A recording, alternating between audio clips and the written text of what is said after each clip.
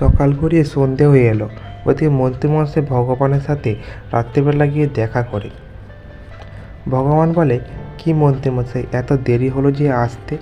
মন্ত্রীমশাই বলে, উফ ভগবান, আর বলুন, সারাক্ষণ গোপালের চিন্তা আমায় মাথা খারাপ করে দিচ্ছে। খেতে বসলেও গোপাল, ঘুমাতে গেলেও গোপাল, এমনকি রাত্রে স্বপ্ন দেখতে গেলেও গোপালের চিন্তা মাথায় আসে। ভগবান বলে, কি মন্ত্রীমশাই, আপনার স্বপ্নতেও গোপাল আসছে?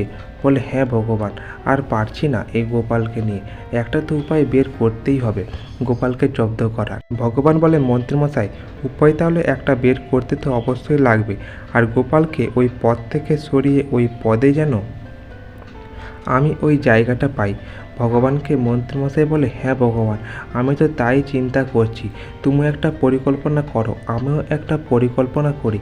দেখা যাক গোপালকে নিচে নামানো যায় কি না। তারপর যে যার বাড়ি যায়। পরের দিন রাজসভা শুরু হতে রাজামশাই গালে হাত দিয়ে চিন্তামগ্ন অবস্থায় বসে থাকে। মন্ত্রীমশাই বলে, রাজামশাই, আপনি গালে হাত দিয়ে চিন্তা করছেন যে? আপনার কিসের এত চিন্তা? রাজামশাই বলে, কি বলি তোমাদের, আমি একটা ধাঁধার উত্তর খুঁজে পাচ্ছি না। আমার শ্যালক আমাকে এই ধাঁধাটা জিজ্ঞেস করেছিল। তোমরা কি কেউ পারবে এর উত্তর দিতে? মন্ত্রীমশাই বলে, বলুন রাজামশাই, একটা সামান্যটুকু ধাঁধার উত্তর দিতে আমার কোনো ব্যাপার না, আপনি বলুন, আমি উত্তরটা দিয়ে দিতে পারবো। অমনি রাজামশাই বলে, তাহলে বলো দেখিনি। এক বিশাল বড় বিছানা, তার মতো দেখেও শোয় না, ওর ওপর ছোট ছোট সাদা ফুল পড়ে রয়েছে, কেউ ওটা তুলে না। বলো দেখিনি মন্ত্রী, বলতে পারবে কি না? মন্ত্রীমশাই বলে, রাজামশাই রাজামশাই আমার তো একটু সময় লাগবে। রাজামশাই, এই মুহূর্তে আমি বলতে পারবো না। গোপাল তখন বলে, রাজামশাই, এর উত্তরটা আমি দিতে পারবো। রাজামশাই বলে, গোপাল, তুমি উত্তরটা দিতে পারবে? মন্ত্রীমশাই সঙ্গে সঙ্গে বলে, রাজামশাই, গোপালকে এখন চুপ করতে বলুন, আমাকে একটু চিন্তা করতে দেন, আমি উত্তরটা দেবো। সঙ্গে সঙ্গে রাজামশাই বলে, গোপাল, তুমি এখন চুপ করো, মন্ত্রী উত্তরটা দেবে। গোপাল তখন বলে, নিস্তব্ধে চুপচাপ বসে যায়।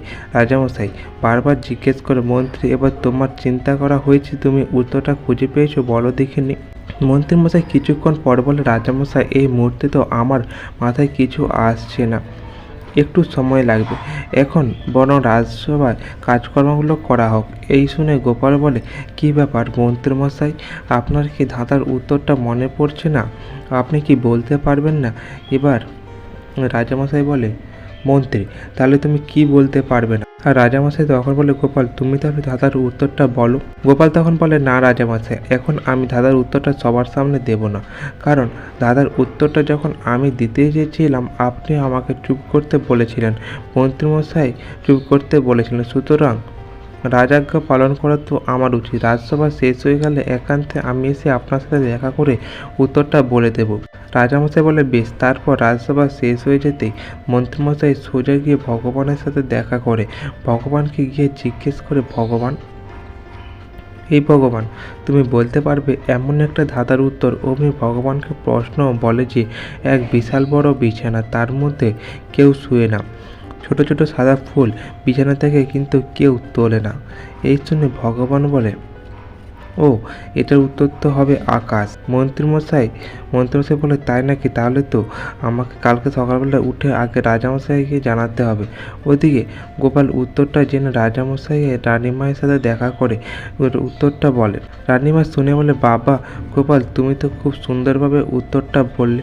রাজামশাই তখন বলে, তাহলে বিশ্লেষণ করে বলো দেখি গোপাল, এটা কেমন কি হতে পারে? গোপাল তখন বলে, বিশাল বড় বিছানা, আকাশ। আকাশ তো বিশাল বড় বিছানার মতোই, আর আকাশের গায়ে ছোট ছোট তারা ফুটে থাকে, ওই তারা কেউ ফুলভাবে তুলতেও পারে না। বলে, হ্যাঁ তাই তো গোপাল, বাহ চমৎকার গোপাল, তুমি খুব সুন্দর উত্তর দিতে পেরেছ। পরের দিন সকাল হতে মন্ত্রী ছুটতে ছুটতে রাজসভায় এসে কোমর দুলাতে দুলাতে বলে, আকাশ আকাশ করে চিৎকার করতে থাকে। রাজামশাই আর সভাসদরা বলে, কী ব্যাপার মন্ত্রীমশাই, আপনি আকাশ আকাশ করে চিৎকার করছেন যে? রাজামশাই বলে, মন্ত্রী, কী ব্যাপার? মন্ত্রীমশাই বলে, রাজামশাই, ওই ধাঁধাটার উত্তর হবে আকাশ। ওই শুনে রাজামশাই বলে, বাবা মন্ত্রী, ভালোই তো, তোমার উত্তরটা তুমি দিতে পারলে তাহলে। বলো দেখি মন্ত্রী, কি করে আকাশ উত্তরটা হলো? এই শুনে মন্ত্রীমশাই তো চুপ। রাজসভার সভাসদরা বলে, কী ব্যাপার মন্ত্রীমশাই, এবার বলুন। গোপাল বলে, কী ব্যাপার মন্ত্রীমশাই, চুপ হয়ে থাকলে যে? রাজামশাই বলে, মন্ত্রীমশাই, আপনার মাথায় বুদ্ধি আছে না ঠিক কি আপনি কারো কাছ থেকে শুনে চলে এসেছেন, তারপর আর ওটা বিশ্লেষণ করতে পারছেন না? বেশ, একটা বরং কাজ করি, তোমাদের সকলের মধ্যে বিশেষ করে গোপাল আর মন্ত্রীর মধ্যে একটা ধাঁধার পরীক্ষা নেওয়া হবে। তা নেবে তোমাদের রানীমা। কালকে রাজসভাতে ধাঁধার পরীক্ষা হবে। রাজামশাইয়ের কথা শুনে গোপাল মন্ত্রী সকলে রাজি হয়ে যায়। তারপর গোপাল বাড়ি ফিরে গিয়ে গিন্নিকে বলে, গিন্নি তখন বলে, বেশ তো, খুব ভালো তো, তুমি তো ধাঁধার উত্তরটা আমি জানি ঠিক বলতে পারবে। বলে, গিন্নি তাড়াতাড়ি করে খেতে দাও, মাথায় একটু তাহলে বুদ্ধি খুলবে। তার পরের দিন সকালবেলা হতে রাজসভা পুনরায় শুরু হয়। রানীমা রাজসিংহাসনে এসে বসে বারবার রানীমা প্রশ্ন করা শুরু করে।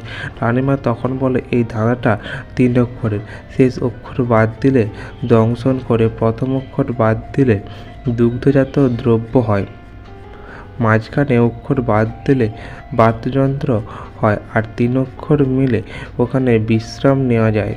এই কথা শুনে মন্ত্রীমশাই তো চুপ। রাজামশাই বলে, কি মন্ত্রী, তুমি উত্তর দিতে পারবে? মন্ত্রী তো চুপ হয়ে তাকে উত্তর দিতে পারে না। বলে, রাজামশাই, আমাকে এখন চিন্তা করতে হবে। রাজামশাই, আমি এখন ভাবছি। অমনি গোপালকে জিজ্ঞেস করে, গোপাল, তুমি উত্তরটা দিতে পারবে? গোপাল তখন বলে, হ্যাঁ, আমি উত্তর দিতে পারবো। রানীমা বলে, তাহলে তো সময় নেওয়া যাবে না। গোপাল যদি সময় চাইতো তাহলে দুজনকে সময় দিতে পারতাম। তাহলে গোপাল, তুমি উত্তরটা বলো। গোপাল তখন বলে, বিছানা, কারণ বিছানার বি বাদ দিলে ছানা দুগ্ধজাত দ্রব্য হয়, আর যদি লাস্টে না বাদ দেয় তাহলে বিছা হয়, যেটা দংশন করে, আর মাঝখানের অক্ষরটা বাদ দিলে বীণা হয়, বাদ্যযন্ত্র। আর বিছানা মানে যেখানে আমরা শুতে পারি, বিশ্রাম নিতে পারি। এই শুনেই রাজামশাই রানীমা বলে, বাহ বাহ গোপাল, চমৎকার চমৎকার তোমার বুদ্ধি।